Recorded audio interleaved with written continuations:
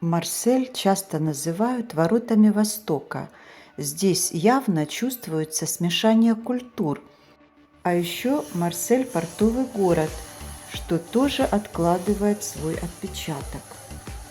Вот вы видите, как моют центральный вокзал. Однако большинство улиц довольно грязные даже в центральной части. В первый день пребывания я увидела возле Триумфальной арки группу полицейских, которые окружили наркомана. Но я не думала, что таких неприятных моментов у меня будет довольно много в моем путешествии. По дороге в Старый порт я видела на домах много муралов. И, к сожалению, даже дохлую крысу прямо на обочине дороги. А сейчас мы с вами проходим по центральным улочкам города.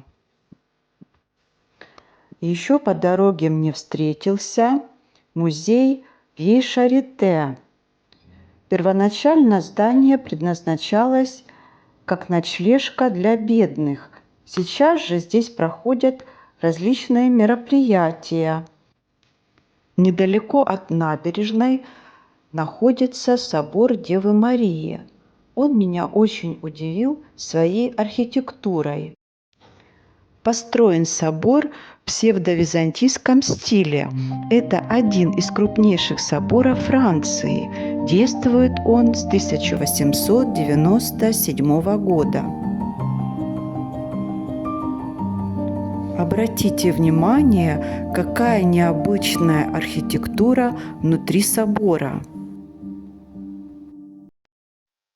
Полюбуйтесь вместе со мной этим прекрасным и необычным храмом. Сама атмосфера просто завораживает.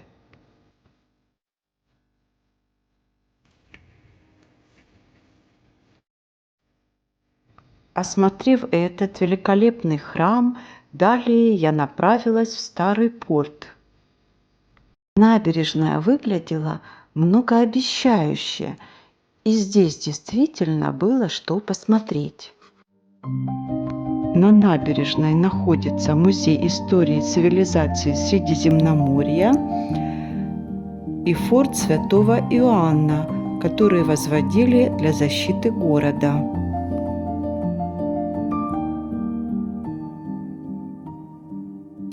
Конечно же, мне очень хотелось посетить остров Ив, который находится недалеко от Марселя. Но, к сожалению, была огромная очередь на катер, а времени у меня было слишком мало.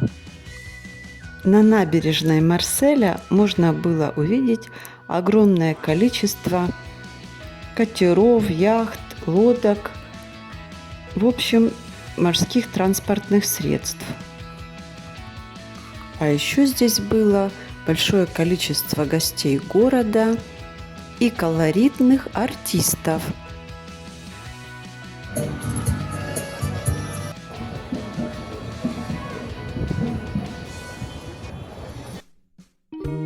Дворец Лоншан, который считается настоящей жемчужиной Марселя, мне пришлось поискать.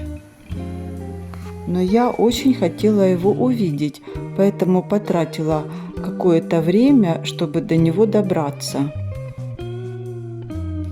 И еще одно место, которое мне удалось посетить, это пляж Прадо. Виды здесь открываются просто шикарные, однако ехать на пляж около часа. И, конечно же, я не могу не показать вам те кварталы города, которые его откровенно портят и делают город заброшенным и похожим на африканский. Это видео я делала из окна автобуса и все время удивлялась, как такое можно было допустить. Всем известно, что Марсель – это самый криминальный и опасный город Европы. Поэтому я вам все же советую ехать в этот город вместе с экскурсиями или же на машине. И хочется закончить на оптимистической ноте. Как видите, творческие люди в Марселе тоже есть.